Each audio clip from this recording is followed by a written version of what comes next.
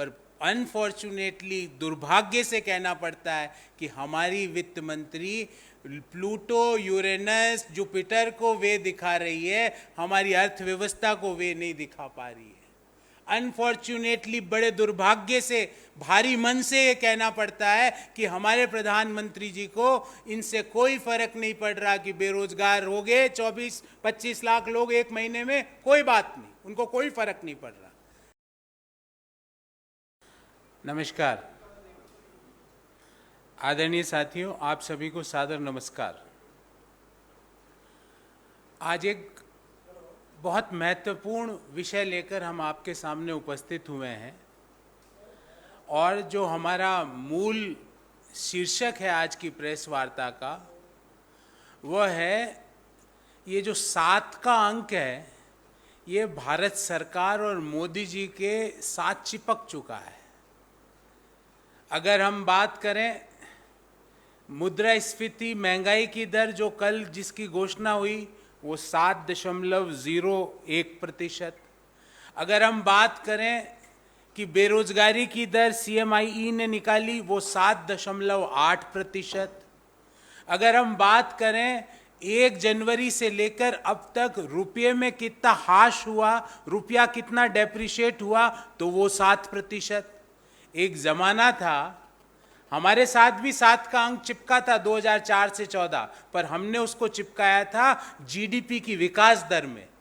हमारी जो average growth rate है 2004 से 14 वो 7% से ज़्यादा रही थी। हमने भी 7 को लिया था, पर वो लिया था हमने देश की GDP विकास दर में, महंगाई की दर में नहीं, रुपये के ह्रास में नहीं, जो बेरोजगारी की दर में नहीं। साथियों, कल जो महंगाई दर के आंकड़े घोषित हुए उसके बाद ये प्रतीत होता है कि जैसे जैसे महंगाई की दर इकोनॉमी में बढ़ती जा रही है, वैसे के वैसे मोदी सरकार की अयोग्यता, इनकैपेबिलिटी और इनकॉम्पिटेंस टू हैंडल इकोनॉमी देश के सामने आ रही है। हाँ, मोदी सरकार का एक काम जरूर जोरों शोरों से चल रहा है, पोलराइजेशन की राजनीति, डिसहार्मनी की राजनीति। जबकि जो महंगाई की दर से देश को निजात दिलाने की बात हो, बेरोजगारी की दर को कम करने की बात हो, गिरते हुए रुपये को रोकने की बात हो, वहाँ पर वो मौन बैठी हुई नजर आ रही है। मैं कुछ आंकड़े लेके आया हूँ और ये सारे आंकड़े भारत सरकार ने जो कल अपनी प्रेस विज्ञप्ति जारी की उसमें से लिए हैं। देश ने पिछले महीने जून 2022 में बेरोजगारी की दर देश में 7.8% थी और 25 लाख लोगों ने अपनी नौकरी सिर्फ जून 2022 में खोई है। ये मैं नहीं कह रहा, ये CMIE का आंकड़ा है कि 25 लाख लोगों ने सिर्फ 1 माह में अपनी नौकरी खोई है। उसके जब नौकरी खो रही है, लोगों की लगातार नौकरी जा रही है, उसमें आग में घी का काम कर रहा है लगातार बढ़ता हुआ महंगाई दर लगातार पिछले 33 महीनों से अगर मैं बात करूं तो रिजर्व बैंक का जो मीन टारगेट है 4%, उससे ज़्यादा है। और पिछले 6 महीने से महंगाई की दर रिजर्व बैंक की जो अपर लिमिट है 6%, उससे लगातार ज़्यादा चल रही है। तो the BJP had bought about a doom with 7s। ये 7 का आंकड़ा उनके अभाग्य को, उनके अयोग्यता को दर्शाता है। जब रुपया डेप्रिशिएट करता है 7% लास्ट 6 मंथ्स में, रिटेल इन्फ्लेशन लगातार 7% से ज़्यादा बना हुआ है, अप्रैल में, मई में, जून में लगातार 7% से ज़्यादा बना हुआ, और बेरोजगारी की दर लगातार 7% से ज़्यादा और बढ़ती जा रही है महीने दर महीने। और ये सारे जो डाटा पॉइंट्स हैं, इन डाटा पॉइंट्स के बावजूद BJP government is in deep slumber. वो कोई इस पे बात नहीं कर रही। एक और रोचक तथ्य आपको बताना चाहता हूं।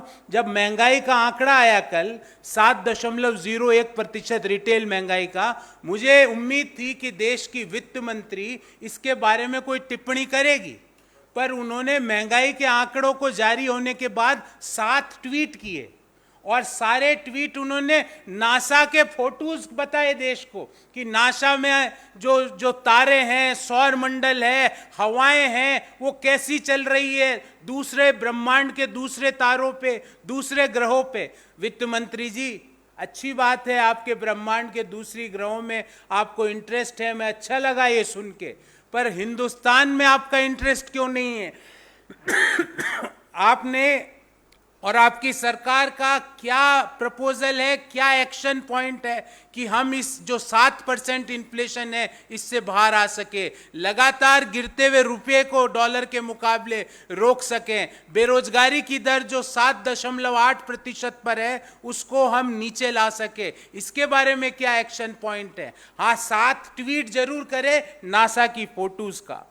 साथियों, कल जो सीपीआई का डाटा रिलीज किया सरकार ने, उसमें रिटेल इन्फ्लेशन 7.01% रहा, और अगर हम अप्रैल, मई और जून इन 3 महीनों का एवरेज देखें तो देश में इन्फ्लेशन 7.3% है। रूरल इन्फ्लेशन, जो हमारी ग्रामीण अर्थव्यवस्था है, ग्रामीण क्षेत्रों में जो इन्फ्लेशन है वो देश के एवरेज से ज्यादा है। देश का एवरेज इन्फ्लेशन है 7.01% और ग्रामीण क्षेत्रों में इन्फ्लेशन है 7.9%। मतलब गांवों में महंगाई शहरों से ज्यादा है। ध्यान रखें, महात्मा गांधी ने कहा था भारत गांवों का देश है। हमारे देश की 70% आबादी आज भी गांवों में निवास करती है, जिनके लिए महंगाई दर 7.01% नहीं है, 7.9% है। रूरल अनएम्प्लॉयमेंट रेट, ग्रामीण बेरोजगारी दर, वो भी देश की एवरेज बेरोजगारी दर से ज्यादा है। देश में एवरेज बेरोजगारी दर 7.8% है और ग्रामीण क्षेत्रों में 8.03% है। मतलब शहरों से ज्यादा बेरोजगारी गांवों में, शहरों से ज्यादा महंगाई गांवों में। ये मोदी सरकार का विकास का और आर्थिक अर्थनीति का मॉडल है। फिर आगे चलते हैं। लगातार पिछले 33 महीनों से रिजर्व बैंक का जो मीन टारगेट है महंगाई दर का 4%, उससे हमारी महंगाई दर पिछले 33 महीनों से ज़्यादा है। पिछले 6 महीनों से हमारी महंगाई दर जो अपर बैंड है रिजर्व बैंक का 6%, उससे भी ज़्यादा है। और तो और साथियों, मैं नहीं कह रहा, रिजर्व बैंक का टारगेट है कि जुलाई, अगस्त, सितंबर में महंगाई की दर 7.4% रहने की उम्मीद है। मतलब अभी से भी ज्यादा, ये मैं नहीं कह रहा, ये रिजर्व बैंक का टारगेट है। और फूड इन्फ्लेशन, खाने पीने की महंगाई 7.75% है और सब्जियों में महंगाई दर है 17.37%। अर्थात पहले हमारी थाली में से रोटी गायब छीनी मोदी सरकार ने आटे पर जीएसटी लगा के। अब उन्होंने सोचा रोटी तो छीन ली पर फिर भी सब्जी तो है अभी, तो सब्जी पर महंगाई दर देश में 17.37%। क्या आप में से किसी की भी वेतन, आय पिछले 1 साल में 17% से बढ़ी है? पर सब्जियों की महंगाई दर 17% से बढ़ी है। ये मैं नहीं, भारत सरकार के आंकड़े कह रहे हैं। 25 लाख लोग पिछले महीने जून 2022 में अपनी नौकरी खोते हैं। 11,000 लोगों को स्टार्टअप से फायर किया जाता है। ये सारे आंकड़े पब्लिक डोमेन में है। रुपी आज 79.66 79.66 रुपीज पर डॉलर पर खड़ा है। 80 कभी भी पार कर सकता है। जीडीपी ग्रोथ रेट अपने निम्नतम लेवल्स पर रखी गई है। और उसके बाद इस सारे इश्यूज में हमारी जो मोदी सरकार है, हमारी वित्त मंत्री हैं, वो इन इश्यूज पे बात नहीं करती है। वो नासा की फोटोज में दूसरे ब्रह्मांडों के रंग पे उनका फोकस है। इसके और तो और इस सारे आंकड़ों के दौरान एक और चीज निकल के सामने आई कि भारत सरकार ने 47वीं जीएसटी काउंसिल की मीटिंग में 5% जीएसटी आटे पर, दही पर, पनीर पर, छाछ पर, मूढ़ी पर लगाने का काम मोदी सरकार ने किया। इस बाबत हमारे 3 सवाल है, बड़े स्पेसिफिक सवाल है प्रधानमंत्री जी से। प्रधानमंत्री जी, आपका लोगों को इस महंगाई से राहत देने का क्या फॉर्मूला है, जो लगातार पिछले 6 महीनों से महंगाई की दर, रिटेल इन्फ्लेशन 7% से ऊपर बना हुआ है, उससे लोगों को राहत देने का आपका क्या फॉर्मूला है? क्या आपका महंगाई से लोगों को राहत देने का एक ही फॉर्मूला है कि आटे पर 5% जीएसटी लगा दो?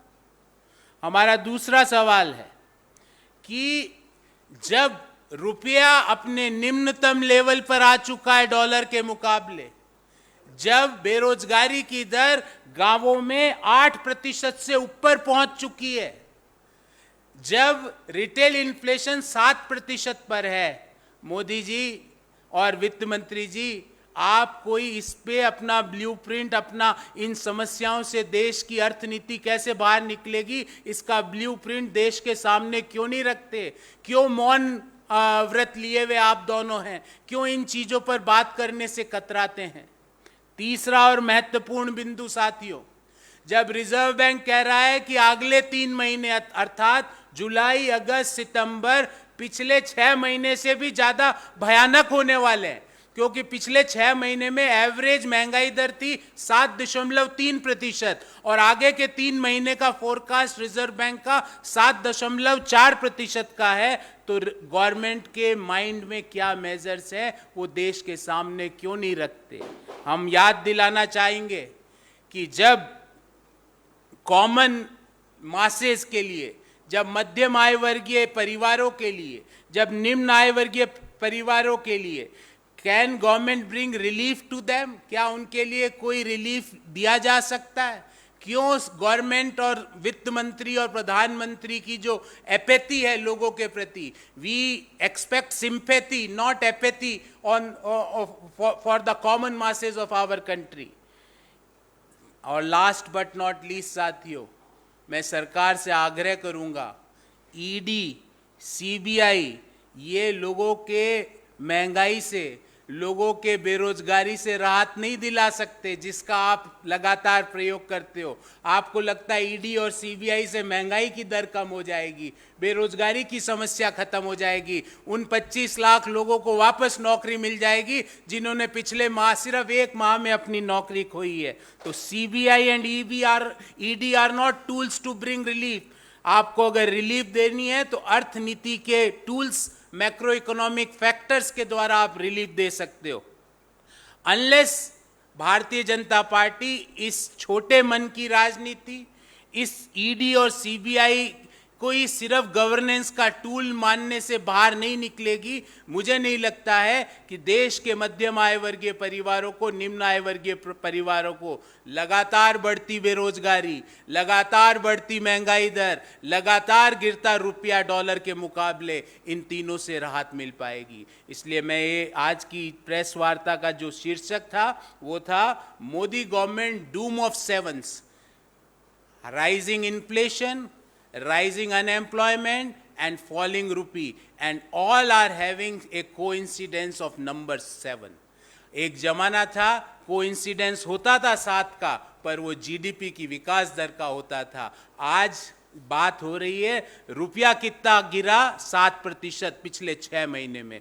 बात हो रही है पिछले 6 महीने में एवरेज महंगाई दर कितनी है, 7.3%। आज बात हो रही है जून 2022 में बेरोजगारी की दर कितनी है, 7.8%। So retail inflation soars, so the incompetence of the BJP government. Before I take questions from you, I will brief you in English and thereafter we will have Q&A on the subject which I had discussed with you. Modi government's doom of sevens: rising inflation, rising unemployment and depreciating rupee. Retail inflation soars, so does the incompetence of BJP. It has become very evident in the last 8 years where the focus of the Modi government has been. Only on 2 things their focus was. Number 1, polarize the society, and number 2, create the disharmony in the social fabric of our country.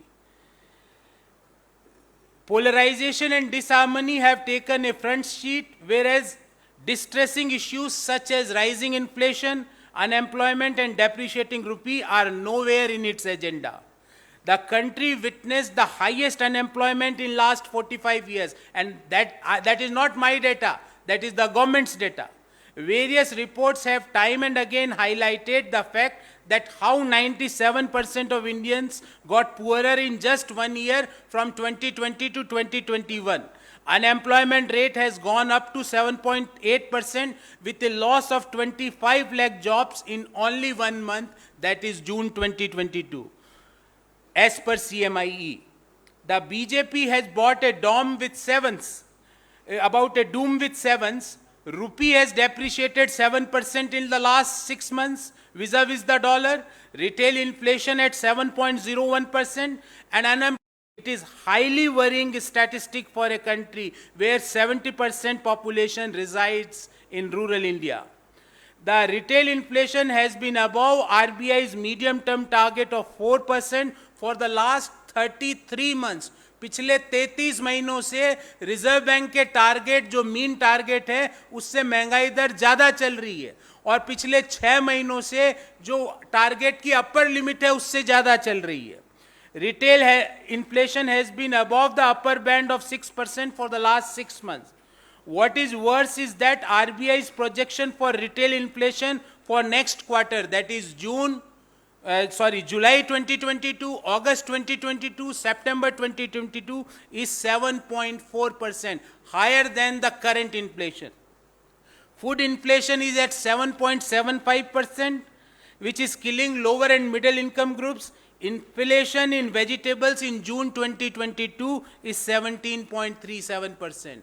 थाली में से पहले आटे पर GST लगाकर रोटी छीनी और अब सब्जियों की महंगाई दर 17.37% करके सब्जी भी गई. 25 lakh salaried people losing jobs in 2022. Startups have been made to fire more than 11,000 employees in 2022. Rupee at an all-time low of 79.66 rupees against a dollar. GDP growth is stagnant. These portray the sorry state of macroeconomic affairs. The BJP government has been incompetent, negligent, and apathetic at the same time.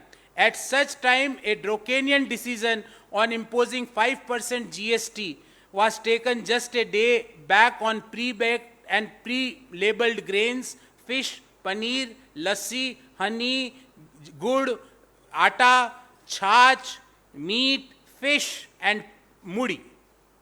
We have 3 very specific questions for the BJP and the Modi government. Question number 1.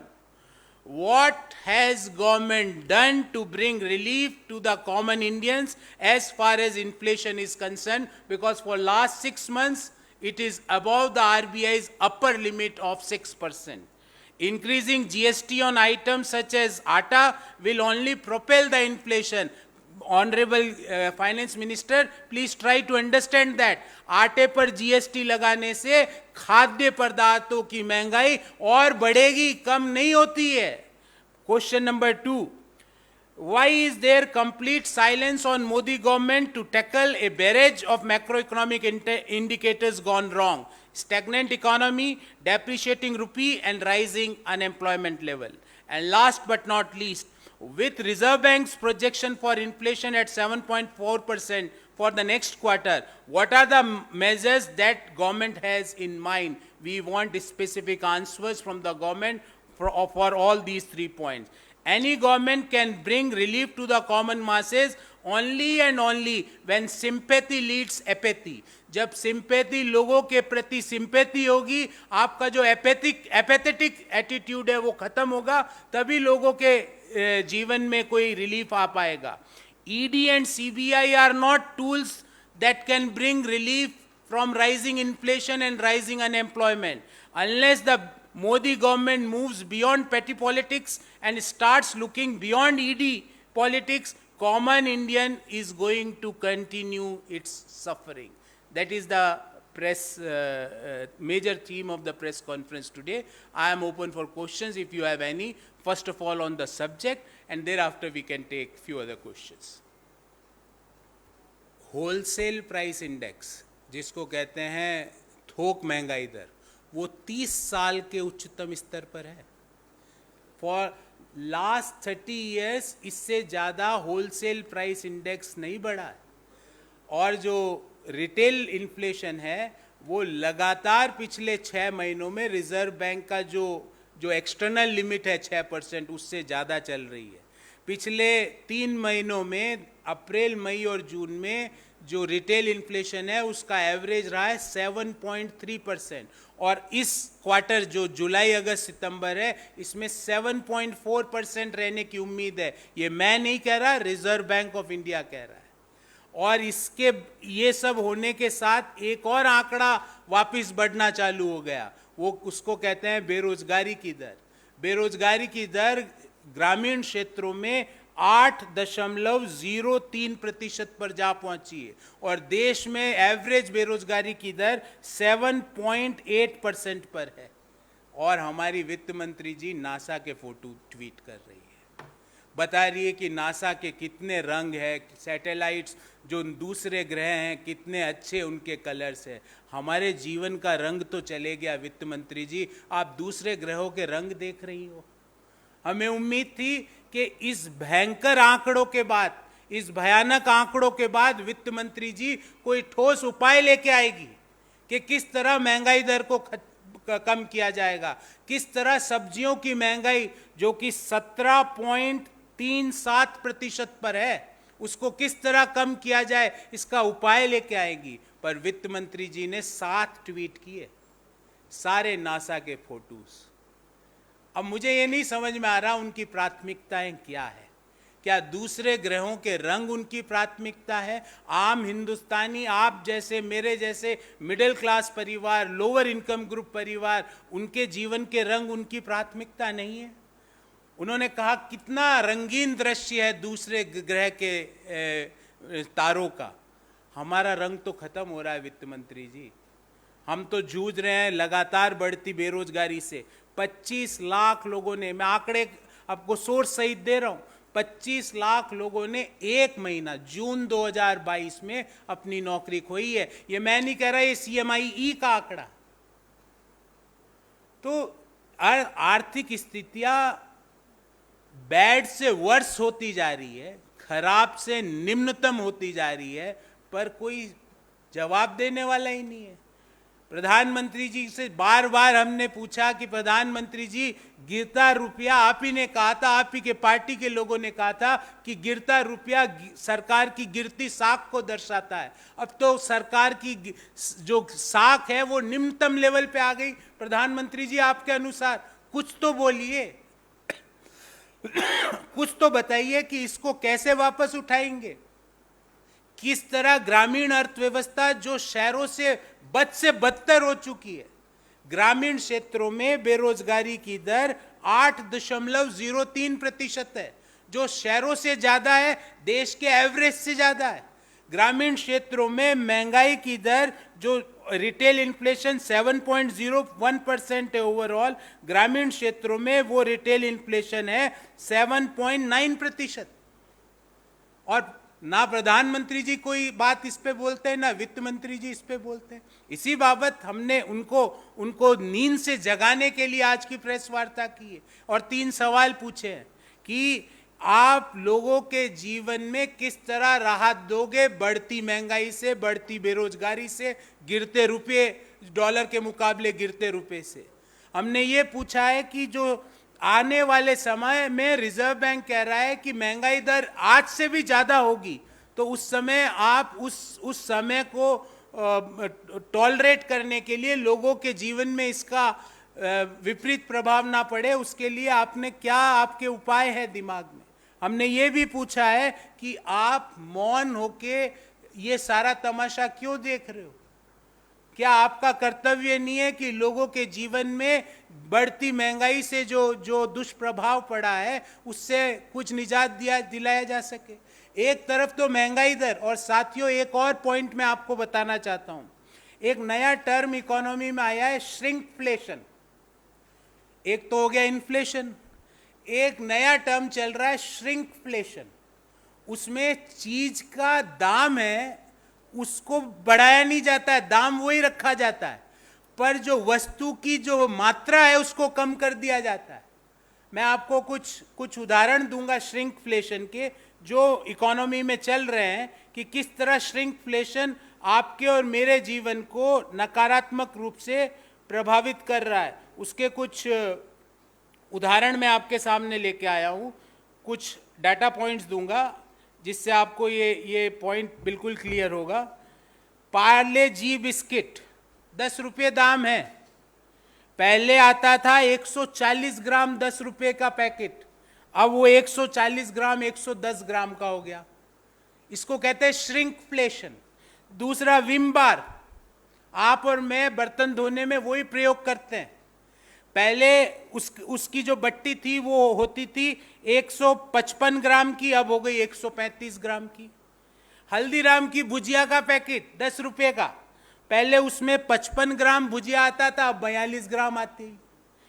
Maggi, एक packet में 80 ग्राम Maggi आती थी, अब 55 ग्राम Maggi के noodles आते हैं। रिन बार, पहले 150 ग्राम का बार होता था, अब 140 ग्राम का हो गया। व्हील डिटर्जेंट 115 ग्राम होता था एक पैकेट में, अब 110 ग्राम हो गया।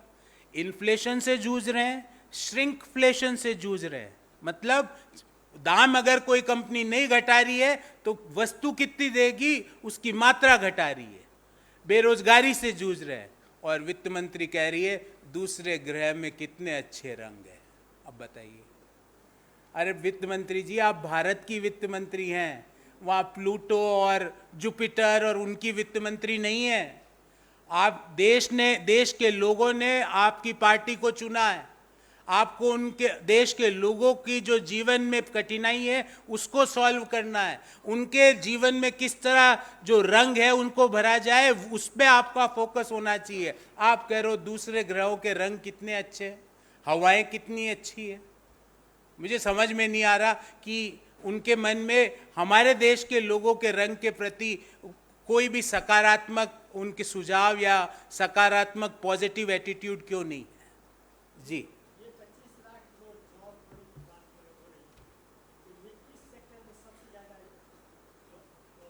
नेचुरली रूरल इकोनॉमी, जब रूरल अनएम्प्लॉयमेंट लेवल्स जो नेशनल एवरेज अनएम्प्लॉयमेंट लेवल से ज़्यादा है, क्योंकि एवरेज अनएम्प्लॉयमेंट लेवल जून 2022 में रहा 7.8% और रूरल सेक्टर में अनएम्प्लॉयमेंट लेवल है 8.03%। तो सबसे ज़्यादा जॉब लॉसेज हुए हैं वो रूरल सेक्टर में हुए हैं। तो ग्रामीण अर्थव्यवस्था में नौकरियां भी देश के एवरेज से ज़्यादा जा रही है, ग्रामीण अर्थव्यवस्था में महंगाई भी देश के एवरेज महंगाई से ज़्यादा है। और ध्यान रहे 70% देश की आबादी आज भी गांवों में बसती है। ये फैक्ट ना तो मोदी जी को पता होगा ना निर्मला जी को पता होगा, अन्यथा वो इस पे कल अपना वक्तव्य या स्टेटमेंट जरूर करते। मेरा आग्रह है मोदी जी से कि अगले मन की बात इन 3 डूम्स ऑफ सेवंस पे करें। डूम ऑफ सेवंस पे मोदी जी अगले मन की बात करें कि किस तरह आप इस 7 से बाहर निकलोगे। 7% से लगातार ज़्यादा महंगाई दर, 7% से लगातार ज़्यादा बेरोजगारी की दर, और पिछले 6 महीने में 7% रुपया डेप्रिशिएट हो जाता है डॉलर के मुकाबले। Please get our country out of doom of sevens Modi ji, we want concrete response from you. देखिए, मैं एक चीज़ पूर्ण रूप से यहाँ पे क्लियर करना चाहता हूँ कि भारतीय अर्थव्यवस्था में आज भी इतना सामर्थ्य है कि वो रिवर्स कर जाए, वो जो फॉल हो रहा है उससे रिवर्ट कर जाए। उसको सिर्फ एक वे आउट दिखाने की ज़रूरत है। पर अनफॉर्चुनेटली, दुर्भाग्य से कहना पड़ता है कि हमारी वित्त मंत्री प्लूटो, यूरेनस, जुपिटर को वे दिखा रही है, हमारी अर्थव्यवस्था को वे नहीं दिखा पा रही है। अनफॉर्चुनेटली, बड़े दुर्भाग्य से, भारी मन से ये कहना पड़ता है कि हमारे प्रधानमंत्री जी को इनसे कोई फर्क नहीं पड़ रहा कि बेरोजगार हो गए 24-25 लाख लोग एक महीने में, कोई बात नहीं, उनको कोई फर्क नहीं पड़ रहा। ये दुखी मन से कह रहा हूं मैं, खुशी नहीं हो रही इस चीज के लिए, दुख हो रहा है। पर आज भी हमारे देश के लोगों में, हमारे देश के कंपनियों में, उद्योगों में इतना सामर्थ्य है कि हम रिवर्ट कर जाए, पर उसको दिशा दिखानी पड़ेगी। और दिशा दिखाने के लिए आज महसूस किया जा रहा है कि प्रधानमंत्री अगर डॉक्टर मनमोहन सिंह होते तो आज भी इस स्थिति से भी वो इकोनॉमी को बाहर निकालने का सामर्थ्य रखते हैं। तो आपको भी अगर समझ में नहीं आ रहा है, अगर मान लो उनको कोई कंफ्यूजन है कि भाई क्या मेजर्स लेवे, डॉक्टर साहब से बात करें, मनमोहन सिंह जी से, वो जरूर बताएंगे आपको। जाएं उनके पास, पूछें कि ये में लगातार रुपया गिर रहा है, कैसे रोकें इसको, लगातार महंगाई दर बढ़ती जा रही, कैसे इससे रोका जाए, लगातार बेरोजगारी की दर बढ़ती जा रही, कैसे इससे रोका जाए। ऑल पार्टी मीटिंग कन्वीन करें, हमारे देश के प्रमुख अर्थशास्त्रियों से विचार विमर्श करें। मुझे कल पूरी उम्मीद थी साथियों कि इतने भयंकर डाटा के बाद जब सब्जियों के भाव 17.37% से बढ़ रहे हैं, वित्त मंत्री आके कोई ठोस उपाय इस लगातार बढ़ती महंगाई से देश को बाहर निकालने के लिए देश के सामने रखेगी।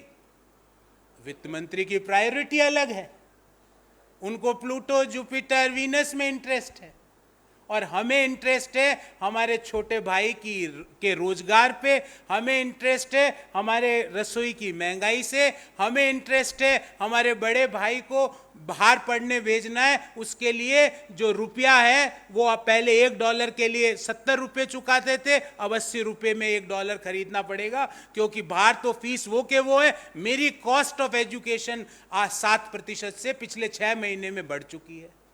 तो हमें इन चीज़ों की चिंता है, उनकी प्रायोरिटी अलग है। प्रधानमंत्री जी कल देश के भ्रमण पे गए, उन्होंने कहीं भी इन चीज़ों का उल्लेख नहीं किया। उन्होंने पता नहीं करंट, शॉर्ट सर्किट, पता नहीं फिजिक्स की बातें करी, और बात करनी थी इकोनॉमिक की।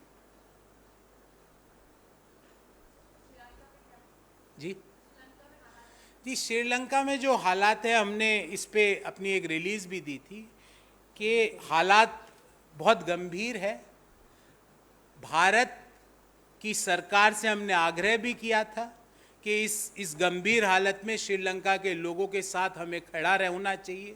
कांग्रेस पार्टी का ऐसा मानना है कि इस मुश्किल हालात में हमें श्रीलंका के लोगों के साथ खड़े रहने की ज़रूरत है। रही बात कि श्रीलंका जैसे हालात क्या भारत में उत्पन्न हो सकते हैं, मैं एक पॉजिटिव आउटलुक का आदमी हूँ।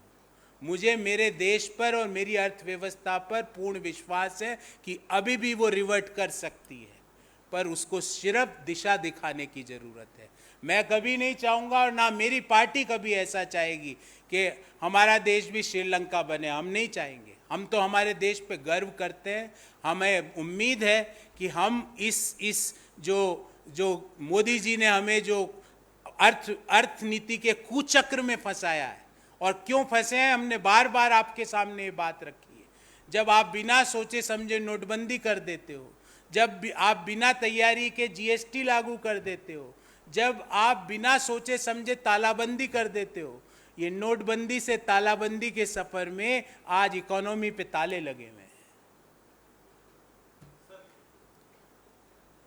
बीजेपी ने कांग्रेस पर निशाना साधा है, आदिवासी समाज का अपमान किया कांग्रेस पार्टी ने। आपकी पार्टी के नेता अजय कुमार ने कहा है कि द्रौपदी मुर्मू पूरे दर्शन का प्रतिनिधित्व करती हैं और आदिवासी समाज का प्रतिनिधित्व नहीं करती। ये हमारा वक्तव्य नहीं है। हमने बार बार द्रौपदी जी को शुभकामनाएं दी, हमारा ये वक्तव्य नहीं है।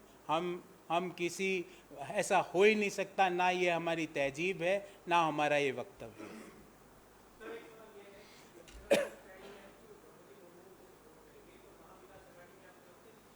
देखिए, महाराष्ट्र के जो प्रभारी है वो इसके बारे में आपको डिटेल में जवाब देंगे, पर मैं एक संक्षिप्त में, आपने सवाल पूछा है इसलिए उत्तर जरूर दूंगा, बड़े संक्षिप्त। देखिए, हर पॉलिटिकल पार्टी अपने पॉलिटिकल निर्णय स्वतंत्र रूप से करती है। हमने तो पूरी कोशिश करी कि महाविकास आघाड़ी की जो सरकार है उसका पूर्ण कार्यकाल कराया जा सके, क्योंकि हमारा विश्वास था कि वो अच्छा गवर्नेंस महाराष्ट्र के लोगों को दे रही थी। तो हम तो अंतिम समय तक उनके साथ थे। उन्होंने ऐसा निर्णय क्यों लिया, उनके ऊपर क्या बाध्यताएं थी, दिल्ली से किसके फ़ोन के प्रेशर में आके उन्होंने ऐसा किया, या तो उद्धव ठाकरे जी स्वयं बता सकते हैं आपको, या हमारे महाराष्ट्र के नेता और प्रभारी इसके बारे में कुछ रोशनी आपके सामने डाल सकते हैं। उपराष्ट्रपति के उम्मीदवार को लेकर विपक्ष की तरफ से क्या कुछ किया जा रहा है? कोई बैठक या कोई संभावित नाम है जो कांग्रेस पार्टी अपनी तरफ से रखेगी? देखिए, ऐसा है कि अभी तक हमने कोई नाम पे कोई सहमति या उस प्रोसेस को फाइनलाइज नहीं किया है। जैसे ही इस पे कोई पूरी सहमति बनेगी, हम आपके सामने उस नाम को भी रखेंगे, उस प्रोसेस को भी रखेंगे, क्योंकि we believe in the transparent decision making. Gaurav ji, जिस तरह से संविधान के अनुच्छेद 12 के तहत पीएम केयर फंड को सरकारी फंड घोषित करने की मांग थी, जिसमें दिल्ली हाईकोर्ट में सुनवाई चली, तत्काल जो है प्रधानमंत्री कार्यालय ने 1 पेज के जवाब दिया था। इसके जवाब में प्रधान न्यायाधीश सतीश चंद्र शर्मा और न्यायमूर्ति सुब्रमण्यम प्रसाद ने जो है प्रधानमंत्री कार्यालय को फटकार लगाई, कहा इतने गंभीर और संवेदनशील मुद्दे पर 1 पेज का जवाब जो है हास्यास्पद है। हमने कई बार इसके से सरकार से सवाल पूछा। हमने सवाल पूछा कि जो कंपनीज एक्ट में CSR 2% हर कंपनी को करना पड़ता है, वो PM केयर में वो जो 2% CSR का पैसा है वो PM केयर में कैसे गया, जब PM केयर संवैधानिक है ही नहीं। हमने ये भी पूछा कि PM केयर की C&AG ऑडिट क्यों नहीं होती है। हमने ये भी पूछा कि RTI के दायरे में वो क्यों नहीं आता। हमने ये भी पूछा कि चीनी कंपनियां वीवो, होवे, इन कंपनियों से PM केयर में आपने पैसा क्यों लिया मोदी जी। देश के लोग अपने कपड़े, अपने गहने बेच के पैसे दे देते, आप चीन की कंपनियों से पैसे लेने पहुंच गए। एक तरफ तो चीन हमारे धरती, हमारे भारत माँ की भूमि पर अंदर आके हमारे सैनिकों के पीठ में छुरा घोंपने की जरूरत कर रहा है, और आप चीनी कंपनियों को ठेके देते हो और उनसे PM केयर में पैसा लेते हो। ये सवाल हमने बार बार पूछे। हमें उम्मीद है प्रधानमंत्री जी का कार्यालय इन सवालों का जवाब देगी, और मैं पूर्ण रूप से आश्वस्त हूँ कि सुप्रीम कोर्ट भी जो हमने प्रेस वार्ताएं करी इसके लिए, जो हमने सवाल पूछे, वैसे ही कड़े सवाल सरकार से और प्रधानमंत्री कार्यालय से सुप्रीम कोर्ट भी करेगी।